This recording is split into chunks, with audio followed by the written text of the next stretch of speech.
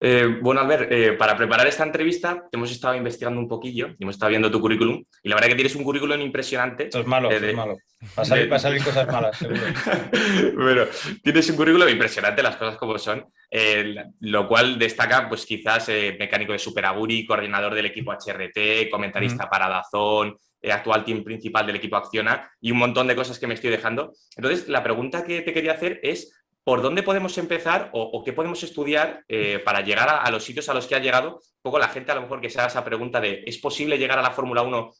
A ver, todo el mundo quiere llegar como piloto, obviamente, pero aunque sea como ingeniero, ¿es posible que tenemos que estudiar? Un poco, si nos puedes contar. Bueno, estudiar lo máximo posible, porque el saber en estas cosas no ocupa lugar. Lo que sí hay que tener, al lado, yo por ejemplo no tengo la carrera de ingeniería completada, ni mucho menos, por ejemplo, ¿no?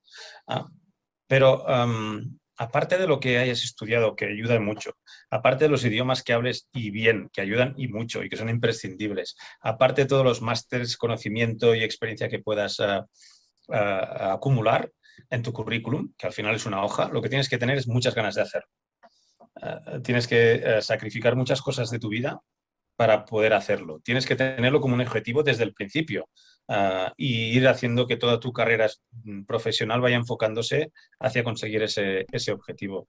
Um, Hay que hacer muchos sacrificios a nivel personal, a nivel familiar, a nivel de amigos, a nivel de muchas cosas que yo me he perdido en mi vida y que seguramente para muchos de la gente que no se dedica a las carreras son imprescindibles, ¿no? Momentos de alegría y momentos de mucha tristeza, pero que no puedes compartirlos con los seres queridos porque estás fuera o porque tienes que irte. Y eso a veces es durísimo, ¿no? Compaginar la carrera en motorsport con una vida familiar o con una vida normal, ¿no? De amigos y de un entorno cercano, vamos a decir.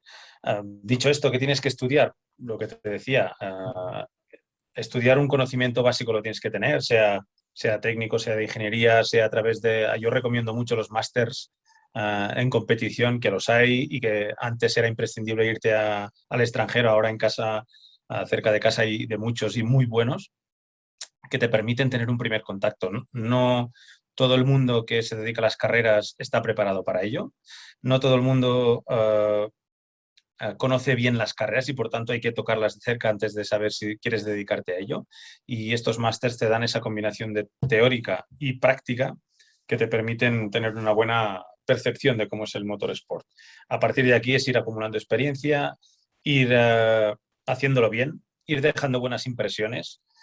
Yo cuando estaba en HRT revisaba los currículums de mucha gente y al final el currículum lo único que me servía era para saber dónde habías trabajado, coger el teléfono, llamar a alguien que conociera para que me dijera cómo era realmente. Aparte y dejando de lado lo que decía el currículum. En las carreras se valora mucho la actitud, que seas una persona con ganas de colaborar con el equipo, un team player, con ganas de sacrificar, con ganas de aprender, con ganas de mejorar, con ganas de trabajar en equipo y eso se valora quizás mucho más a veces que lo que ponga tu currículum. Pues sí, sí, vamos, increíble, increíble eso, porque sí que es verdad que se moverá mucho contacto, ¿no? Cuando ves currículums, llamarás a alguien que conozca a alguien para ver si se puede manejar bueno, para ver si realmente es buena esa persona para el equipo, ¿no? Efectivamente, porque es que además en las carreras trabajas bajo una presión bestial y hay gente que la gestiona bien, hay gente que la gestiona pero mal. Hay gente que no la puede gestionar, que la presión les supera y siendo grandísimos técnicos, grandísimos ingenieros, no son capaces de soportar o de actuar correctamente en situaciones de presión como la de las carreras. Hay gente que no está dispuesto a asumir riesgos o que en una fase sí, pero luego a medida que se va haciendo mayor no quiere asumir riesgos ni sacrificios y por tanto hay que estar muy, muy cerca de la gente para realmente saber si es la persona ideal y va a hacer el trabajo bien hecho, ¿no? Y a largo plazo. Y a veces eso es importante. Todo el conocimiento es básico. Cuanta más experiencia en más proyectos y en proyectos más internacionales y más tecnológicamente punteros, mejor. Uh, pero la actitud es un must. Y como dices, es el boca a oreja. El currículum es un filtro primero. Los grandes equipos tienen unos departamentos de recursos humanos muy grandes, pero al final, cuando llegas a las personas adecuadas, muchas veces lo que hace decantar las balanzas suele ser la experiencia, el conocimiento que tienen del trabajo que has hecho, las recomendaciones que puedan venir de otros equipos o proyectos. Oye, Súper Albert, interesante, la verdad. bueno, perdona, Sí, Javi. bueno, yo le iba a preguntar Dale, que dale. a raíz de del último que has dicho, Albert, de sacrificar cosas, sacrificar una vida familiar y tal, ¿tú te ves mucho tiempo en la Fórmula 1? ¿Tú ves que, que todavía tu final no ha llegado, que tú quieres seguir ahí a tope todos los años dándole o todavía no? Yo creo que no es una cuestión de edad, no es una cuestión de tiempo, no es una cuestión de cuántos años lleves ni cuántos quieras estar, es una cuestión de ilusión. Mm, yo todos los trabajos que he hecho en Motorsport los he hecho con mucha ilusión. Y la ilusión te hace, o al menos a mí, me hacía dar a un 110% de mis capacidades.